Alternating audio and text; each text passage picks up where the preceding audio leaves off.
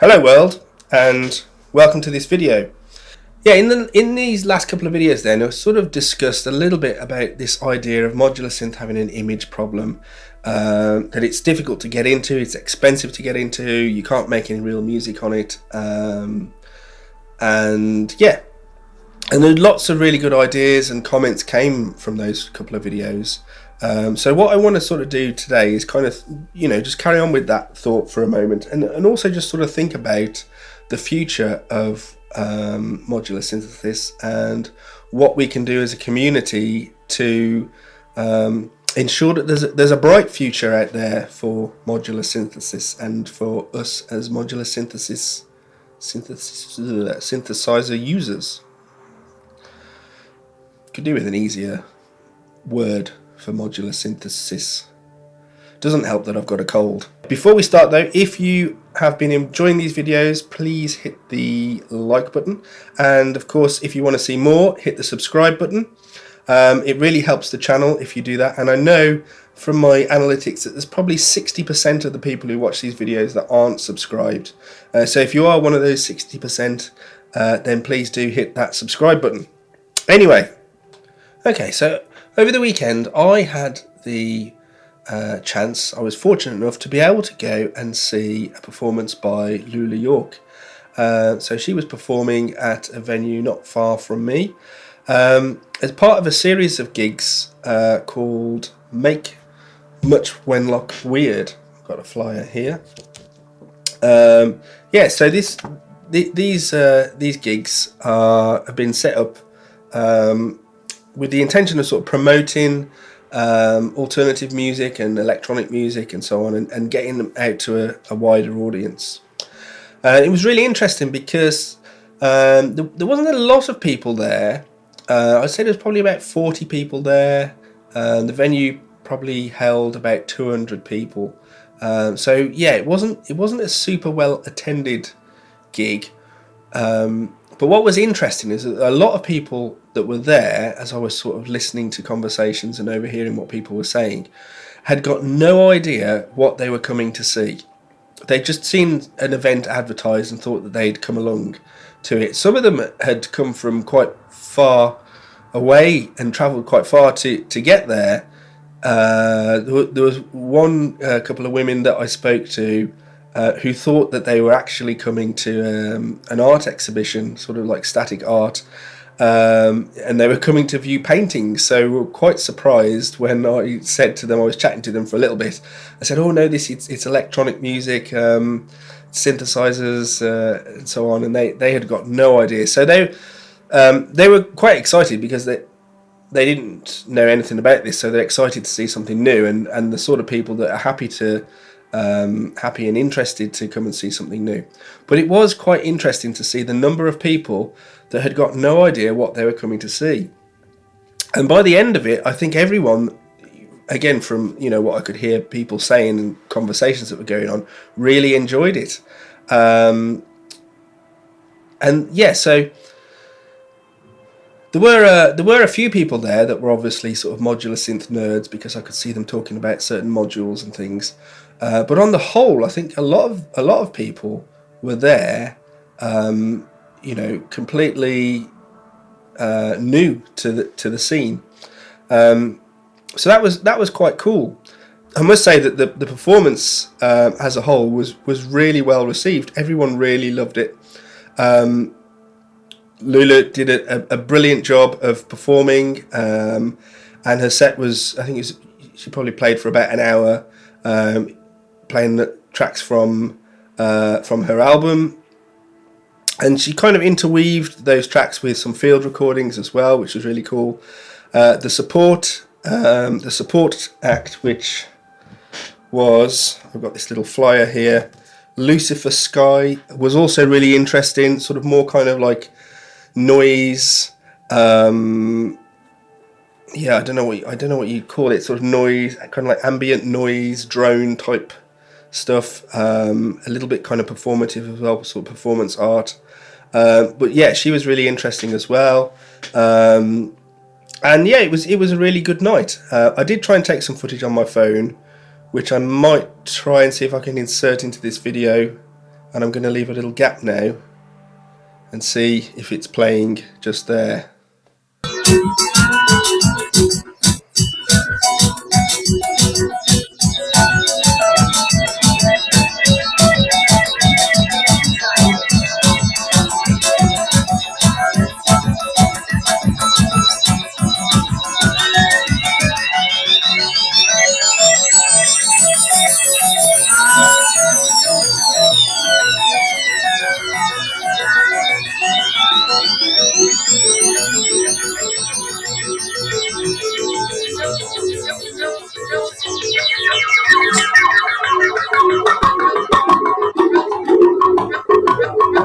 Okay, so that footage, as you can see, was pretty bad.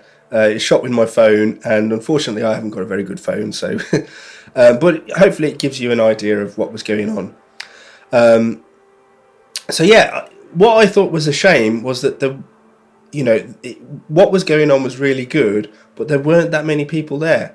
And yeah, everyone that was there was really interested, but a lot of people had gone not really knowing what they were going to see. And I did think that was a little bit of a shame, because I think that the performance deserved a larger audience than what it received. And I've kind of touched on this before about this idea of getting into YouTube, and that you can reach more people through YouTube than you can with a live real life gig. And that was kind of evidence of that, because Lulu York is a fairly large name in the modular synth world. I see her in magazine articles and interviews and websites, and she seems to be doing a lot of events at the moment and a lot of performances that are scheduled for later in the year. She had an album out, I think it was last year, that was maybe her fourth or fifth album, which is a really amazing album, Volta. You should go and have a listen to that if you don't know it already. But yeah, so not necessarily like a super high profile artist, but definitely somebody that is a professional performing live musician. And yeah, so it would have been nice to see a larger audience there. On the flip side of that, it was really good that there's somebody out there that's trying to promote different types of music, and it's really great to see that. And I think what we need more of these kind of events, and we need more people out there putting these sorts of events on that people can go to. And I think what the evening showed was that there are people out there that are actually don't know anything about modular synth that will actually go to this type of event and enjoy it and come away probably wanting to listen to more of that type of music. It would be really cool if in the future we could have more of these type of events happening that people could actually go to and engage with the public, the non-modular synth public, if we can call them that. That would be something that's really interesting. And I guess this gig was the first one in a series of gigs that are happening over the next few months, and I'm probably going to try and go to a few more of them. And I guess it's difficult knowing how was it marketed, who was it aimed at, because obviously, as I said, a lot of people that were there, I think, were there not really knowing what they were coming to, just curious, really. Yeah, so a bit of a shame, really, that there weren't more people there, and it'd be interesting to see, if I go to another one in a couple of months' time, if there are more people at that one. What it got me thinking was, though, there aren't that many events or nights that I know of, close to me, that I could go and watch live electronic music. And by that, I don't mean sort of like a DJ or whatever, but, I mean sort of different kinds of things, experimental things, or modular synth or whatever. I know that there's stuff that happens in Birmingham, which is probably the closest, largest city to me, and Bristol as well. We've just recently had the sort of Synthtronica, is that what it's called? Synthtronica Festival, which was a couple of months ago, I think. which happened in Bristol, and there's other festivals that are coming up later in the year. But those are kind of one-off things. In terms of like regular events or regular nights, and when I say regular, I don't mean every week, but every month or every couple of months. I don't really know that many things that are going on. If I wanted to go out and watch actual live music, I don't think it would be that easy to do. So if you know of such events near to you, say so, or pop a link in the comments. And again, maybe this sort of ties back in with what I talked about in an earlier video. The idea that you can reach a much larger audience through YouTube than you can with a live event. 40 people maybe at that gig on Friday night is not very many. If you think about what you could achieve with just a single video and the number of people that you could reach there, again, YouTube would seem to be the way forward if you want to get your music out there. But it would be nice, to think that there are people getting together and communities developing in real life as well to sort of promote this type of music. And I think that's something which would be really interesting to explore more, and to try and find out if things like that are going on around the country.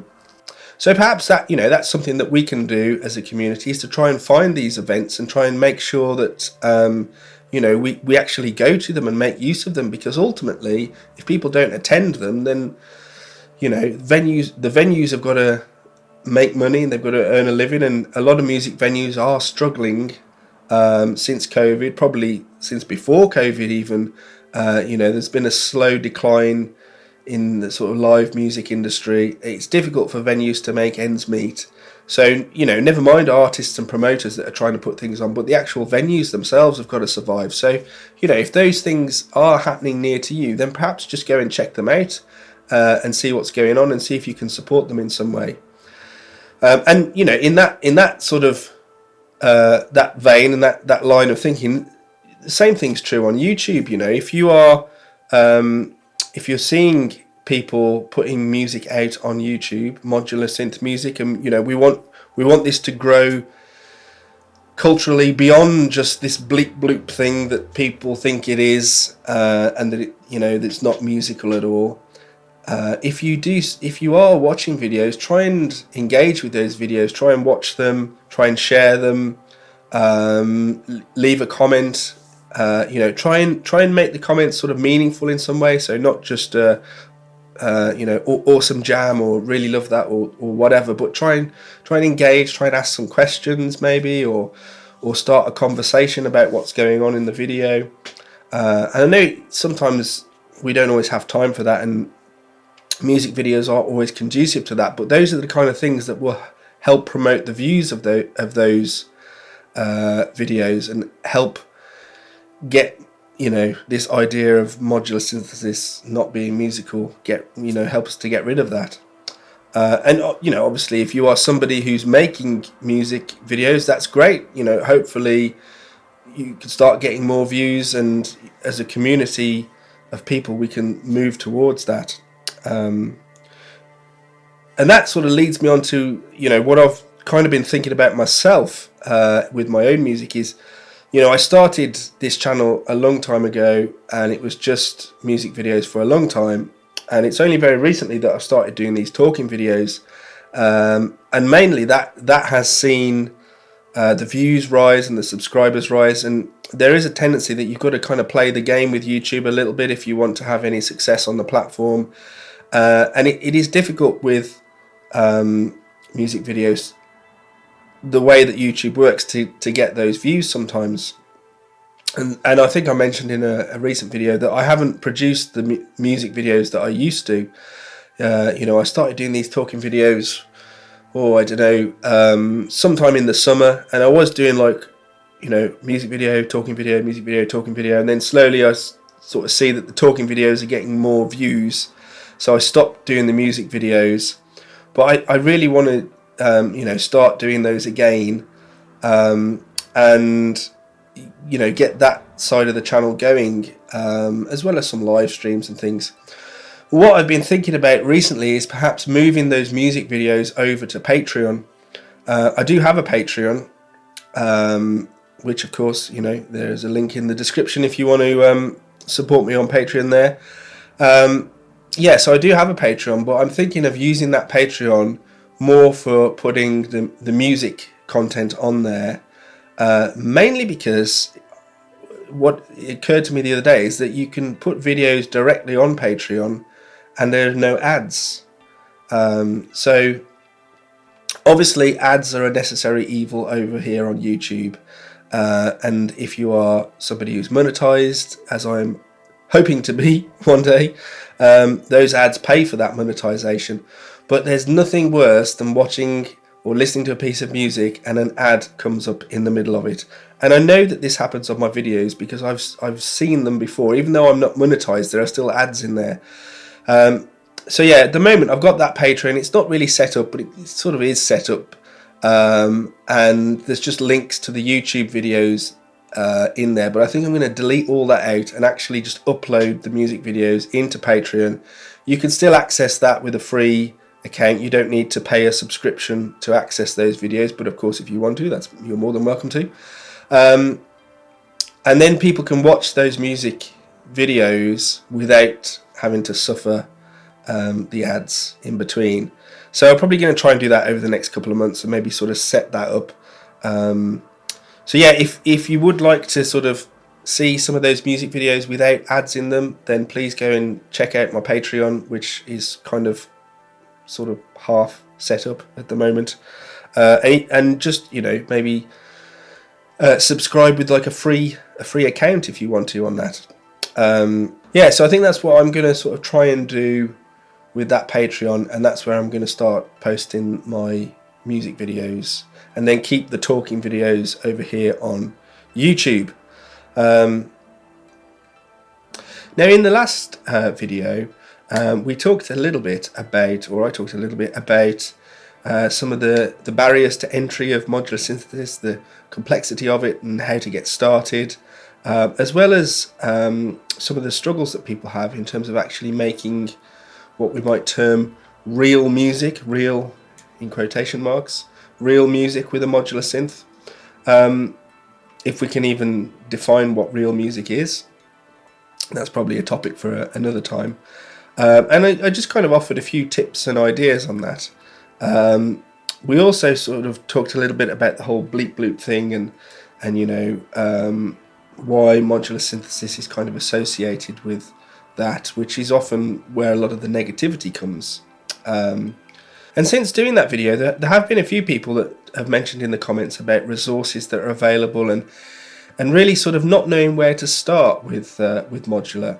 And I think that potentially is something that we can try and address, and definitely that's something that I'm going to try and address on this channel, and hopefully in the future I can do some videos that will be helpful to people who are starting out and explain some of the basics of modular synthesis, not just sort of focused on specific modules, but just generally what are VCOs, what are VCAs, what do you need to start up with, and what do you need to create a basic patch. One of the things that I found really useful in the beginning was the videos from Omri Cohen, which I'm sure many of you, if you are seasoned modular synthesists, will be very familiar with his videos, which I think are amazing and brilliant, and basically taught me how to modular. So yeah, in the very beginning, that was my entry to modular synthesis, using VCV Rack, which of course you can do for free. So I think that is a great way to start if you want to get into modular synthesis. Start with VCV Rack, look up Omri Cohen's videos, and I mean what I did in the beginning, I was very interested in sort of ambient generative music to start with, and I still am to a certain extent, but I found these massive patches that he would create within a video, and I would literally recreate the patch, just watching a little bit, pausing it, watching a little bit, pausing it, and do everything that he did. And I did that for lots of, quite a few videos just figuring out, oh, well, what does this do? What does this do? And then I also would watch his videos where he explains particular modules within VCV. And then eventually I sort of started to piece together the puzzle pieces, and started creating my own patches. And in the beginning, I did try and limit myself within VCV to modules that I could either, because I knew I wanted to get into hardware, so I tried to limit myself to modules that I could either buy, or that were very sort of generic, that even if you couldn't buy that exact module, there would be something similar, so that I knew when I did eventually get my hardware, I'd already would know what I was doing with it to a certain extent. So I do think that VCV is definitely the best way to get into modular synthesis, and that is what whenever students come to me at college and they want to, I show them some stuff with modular, they're like, oh wow, this is amazing. I always point them in the direction of VCV because it's such a brilliant resource, and there are so many tutorials out there on how to use it. And I'm sure there are other YouTube channels, not just Omri Cohen and his brilliant YouTube channel, but I'm sure there are other channels out there as well which will show you how to get into modular synthesis via VCV. So I think that's a really important thing. It's overcoming that barrier to entry, and VCV is possibly the best way to do that. Obviously, for those people who are really, really die-hard, that they want to get into this without the use of a computer, you're still kind of tied to the computer with VCV, and there is a limitation on what you can do with a mouse and a keyboard. And perhaps, in that instance, it's not for you. In which case, maybe semi-modular is the best way to go. And of course, YouTube is probably the best resource that we have for learning about modular. There are so many channels, and there are so many people out there that are showing what can be done with modular and doing tutorials. A lot of it is specific to certain modules, and that possibly is the one criticism that came up in the comments as well. It'd be nice to see some videos out there which are not module specific, but are just sort of more generic in terms of patching ideas and so on. Again, going back to Omri Cohen, I did purchase some time ago his modular cookbook. Now this is brilliant because it has I bought the PDF version and then printed it out, but it just has loads of patching ideas, which I'm sure he goes through in great detail in his videos and through on his Patreon. So that kind of resource is brilliant.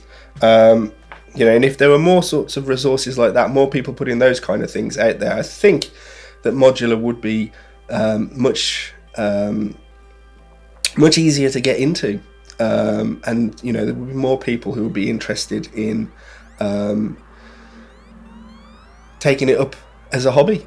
Okay, so yeah, the future of modular synthesis, where will modular synthesis ever become mainstream? That was something else that I was kind of thinking about the other day as well. I think I mentioned in a previous video about how I was seeing modular synthesis pop up all over the place, and is that because it's becoming more popular and more mainstream, or is it that somebody in the comments mentioned, I couldn't think of the name, but Bader-Meinhof phenomenon, where because you're aware of something, you start seeing it more regularly. And then, of course, there are a lot of people out there that not necessarily consider themselves modular synthesists, but are using modular synth, or have a small modular setup that they use within their studio, or as part of just another tool that they use.